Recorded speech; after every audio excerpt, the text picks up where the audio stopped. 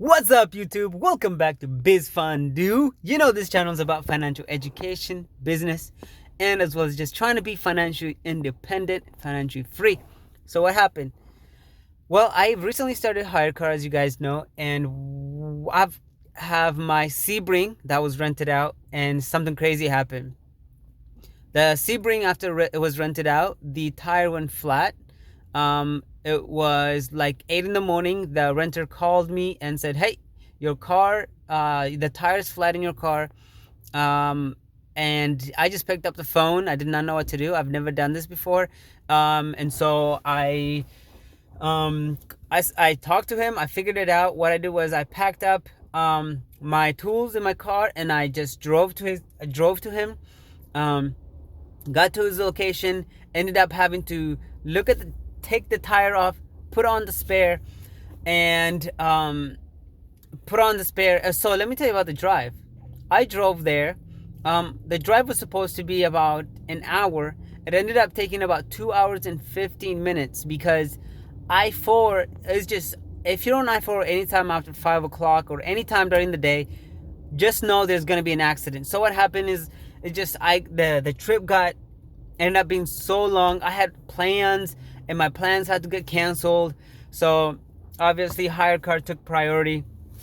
I got my car delivered. I got to the place, I changed the spare, and guess what? The spare didn't have enough air. Phew.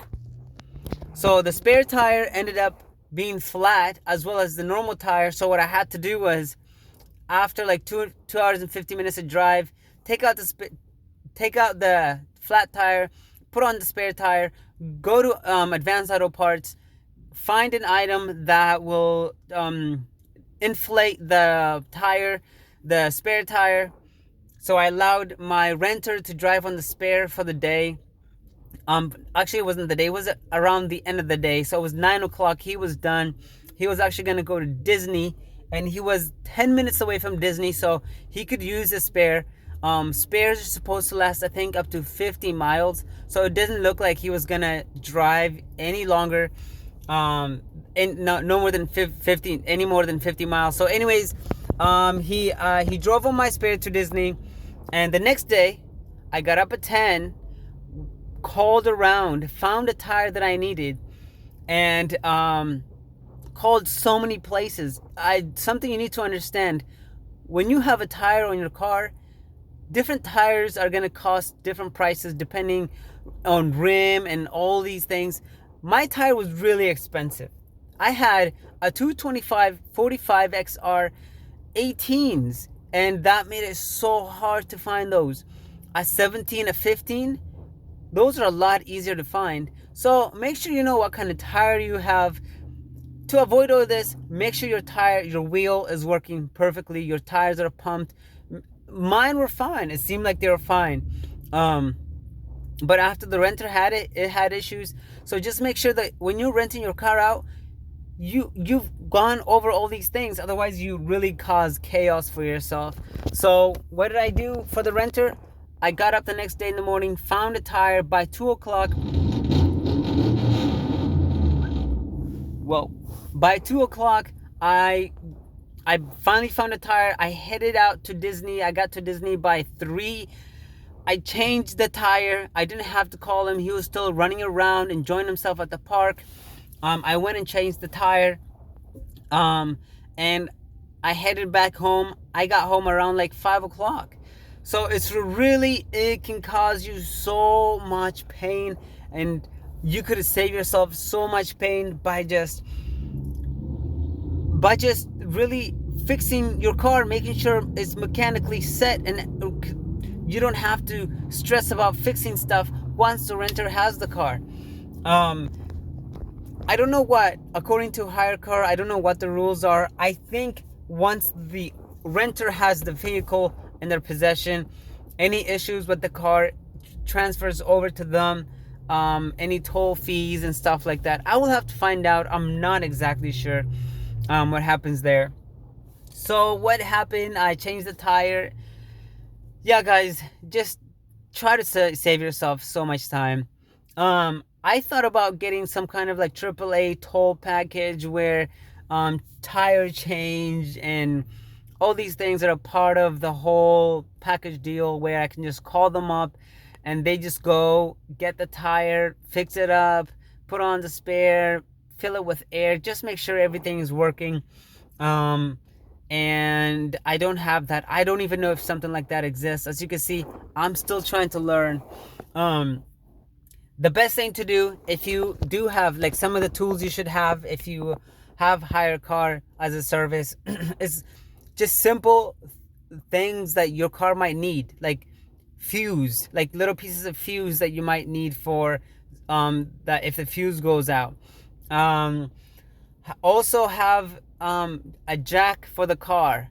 Make sure you have one of those plug-in pumps for your car where you plug in up the power into the cigarette line, and then you're able to pump the tires for your car. Make sure you have jumper cables, either in the rental cars, actually in all of the cars. Make sure you have that. And so this way, if the cars go out, you're within 30 minutes, so you can go get the car working again. You're saving yourself a lot of money, a subscription or whatever it is. So if you have that kind of time where you can just beat of a heart, when they call you, you just go, then do it. I promise you it's going to save you a lot of time, a lot of energy. So I know this video is long, I'm sorry guys, but I really hope that it helps you in some way. It's something you have to really think about. Make sure everything's working well mechanically. And yeah, I will keep you updated. The renter is going to be dropping the car off tomorrow. And guess what? I'm having the same issue again, where he's like, hey, the renter is actually from another Connecticut. He's renting it. He landed at the airport and he's just having fun with his family. He's from Connecticut. He's driving around, and he actually doesn't want to drop the car off at my house. He's like, can you come meet me at the airport? So guys, this is another problem that I've run into 3 times out of the 6 times that my car has been rented, is the drivers don't want to come to your house. They don't want to drop it off close. So you have to really think about what's the best solution when they don't want to drop it off. Do you tell them, hey, bring the car over, I'll take you where you need to go? Do you call a tow service? Do you pay for Uber? Do you have them pay Uber to get you to the car? So complicated, and it's so frustrating. Make sure you know all these things. Make sure you have an answer for these things. There's a lot of problems that you can encounter because these are your cars, and you have to really solve the problem as they happen. Thank you for joining me. I'm sorry about the long video. Have a great... Oh, before that, make sure you subscribe, you follow, you comment, you go follow my Instagram channel as well. I keep things updated there.